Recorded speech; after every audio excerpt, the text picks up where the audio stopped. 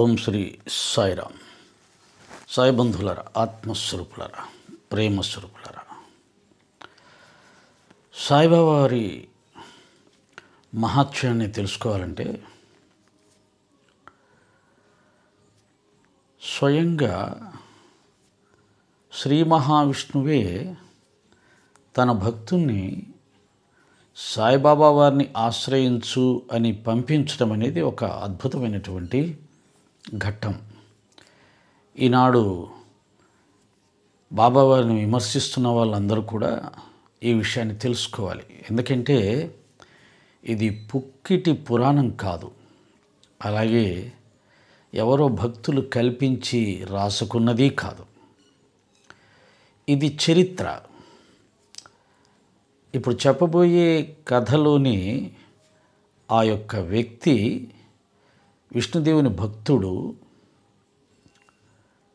ఒక high court judge, అంటే indoor high court judge పనిచేసి రిటైర్ అయినవాడు. అతని పేరు రేగే. ఇతను స్వయంగా మద్రాసు హైకోర్టు లాయర్గా పనిచేస్తూ వైరాగ్యం వచ్చి రమణ మహర్షి వారి దగ్గర 2 సంవత్సరాలు ఉండి, రమణ మహర్షి గారి ఆదేశానుసారంగా బాబాగారిని వెతుక్కుంటూ వెళ్ళినటువంటి బివి నరసింహస్వామి వారికి స్వయంగా ఈ ఇండోర్ హైకోర్టు జడ్జి గారు ఇచ్చినటువంటి వాంగ్మూలం ఏమిటంటే, నేను చాలా సంవత్సరాల నుండి, చిన్నప్పటి నుండి మహావిష్ణు భక్తుల్ని, ఆయన్ని నేను ధ్యానం చేసేవాడిని. మా ఇంట్లో గోడకు ఒక క్యాలెండర్ ఉండేది. ఆ క్యాలెండర్లో ధ్రువుడు ఉండేవాడు, నారాయణుడు ఉండేవాడు. ధ్రువుడు నారాయణుణ్ణి ధ్యానం చేసే క్యాలెండర్ అది. ఆ ధ్రువుని చిత్రపటాన్ని తొలగించి ఆ ప్లేస్లో నన్ను ఉంచుకొని నేను నారాయణ్ణి ధ్యానం చేస్తూ ఉండేవాడిని. అలా దాదాపు 2-3 గంటల పాటు ధ్యానంలో కూర్చునే స్థితికి నేను చేరుకున్నాను. అటువంటి నాకు ఒకసారి స్వప్నంలో శ్రీ మహావిష్ణువు దర్శనమిచ్చి, నీవు ఈ సాయిబాబాను ఆశ్రయించు అని బాబావారిని చూపించారట రేగే గారికి స్వప్నంలో. రేగే గారు ఆ స్వప్న దృష్టాంతాన్ని బాగా గుర్తుపెట్టుకొని ఆ యొక్క కలలో కనిపించిన ఆయన పేరు సాయిబాబా అని చెప్పారు కదా మహావిష్ణువు. కాబట్టి ఇబ్బంది లేదు. సాయిబాబా అనే సత్పురుషుడు ఎక్కడ ఉన్నారని కనుక్కుంటే షిరిడీలో ఉన్నారు అని తెలిసింది. ఆ విధంగా షిరిడీకి వెళ్ళి బాబాగారిని దర్శించుకున్నాడు. బాబాగారు అతన్ని పెద్దగా పట్టించుకోలేదు. అతనేమనుకున్నాడంటే, శ్రీ మహావిష్ణువు పంపితే వచ్చాను కదా, సాయిబాబా వారు నన్ను వెంటనే దగ్గరికి తెచ్చుకొని తన శిష్యుడిగా చేసుకుంటారు అని ఆశించాడు. కానీ బాబాగారు పెద్దగా పట్టించుకోలేదు. దానికి ఆయన చాలా మానసికంగా కొంత బాధపడ్డాడు. కానీ సాయిబాబా గారి ముందున్న భక్తులందరూ వెళ్ళిపోయిన తర్వాత అప్పుడు బాబాగారు అతన్ని దగ్గరగా రమ్మని పిలిచి, నువ్వు నా కోసం వచ్చావా, నేనే నీ దర్శనానికి రావాలి అని అంటూ, మేము మా బిడ్డలని అందరి ముందు దగ్గరగా తీసుకోము.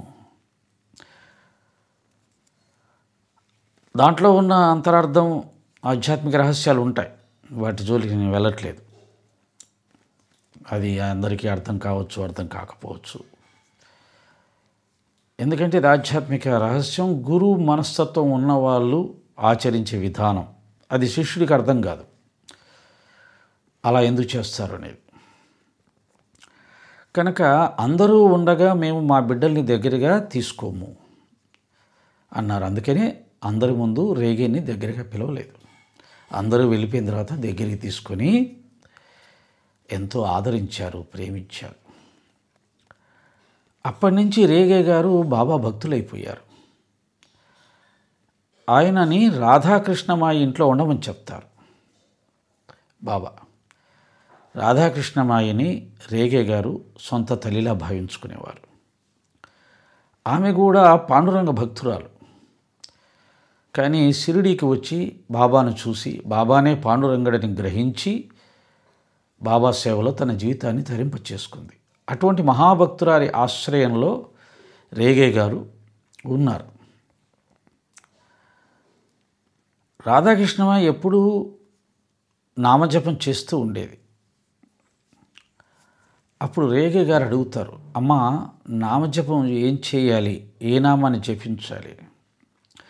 నీకు ఇష్టమైన దేవుడు విష్ణువు కదా, ఆయన్నే ధ్యానించు, జపం చేయు అని. మరి మీరు పాండురంగ భక్తులు కదా, మీరిప్పుడు బాబాగారి నామాన్ని జపిస్తున్నారు కదా,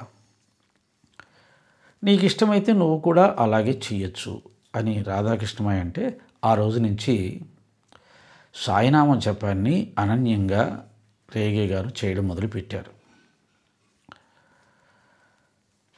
ఆ సాయంత్రం బాబా దగ్గరికి వెళ్ళినప్పుడు బాబాగారు ఏంటి ఏం చేస్తున్నారు అంటే, ఇలా మేము నామజపం చేస్తున్నాం బాబా అంటే, ఏ నామం చేస్తున్నావు అని బాబాగారు అడిగితే, మీకు తెలుసు బాబా అంటాడు రేగే. బాబా ఒక చిన్న నవ్వి ఊరుకుంటారు. అలా రేగే గారు ఆ రోజు నుంచి బాబాగారి భక్తుడిగా మారిపోయి సాయినామాన్ని అనన్యంగా జపించడం మొదలుపెట్టాడు. అంటే ఇక్కడ చెప్పబోయేది ఏమిటంటే, కొన్ని సంవత్సరాల పాటు తనను అనన్యంగా ధ్యానించినటువంటి తన భక్తుడైనటువంటి రేగేని, నాయన నువ్వు సాయిబాబాను ఆశ్రయించు అని స్వయంగా విష్ణుదేవుడే పంపించాడు. దాన్ని బట్టి బాబాగారు ఎవరు, హిందువు అయితేమి ముస్లిం అయితేమి, హిందువు అయితే మహాత్ముడైపోతాడా? హిందువులందరూ మహాత్ములేనా? ముస్లింలందరూ దుర్మార్గులేనా? అసలు మంచికి చెడుకు, కులానికి మతానికి ఏమిటి సంబంధం? మంచి మంచి, చెడు చెడు. కాబట్టి లోకంలో మంచి చెడు రెండే కులాలు ఉన్నాయి. ఆ విధంగానే మనం మనుషులను చూడాలి. హిందువుల్లో ఎంతమంది రాక్షసులు లేరు, దుర్మార్గులు లేరు, దేశద్రోహులు లేరు. అలాగే ముస్లింలు కూడా ఉంటారు. కాబట్టి మంచి చెడుకు కులం మతం ప్రాతిపదిక కాకూడదు. సాయిబాబా వారు ఎంతటి గురువు అనేది అల్పాతి అల్పులమైనటువంటి మూర్ఖులలో మూర్ఖులమైన మనంగా చెప్పేది.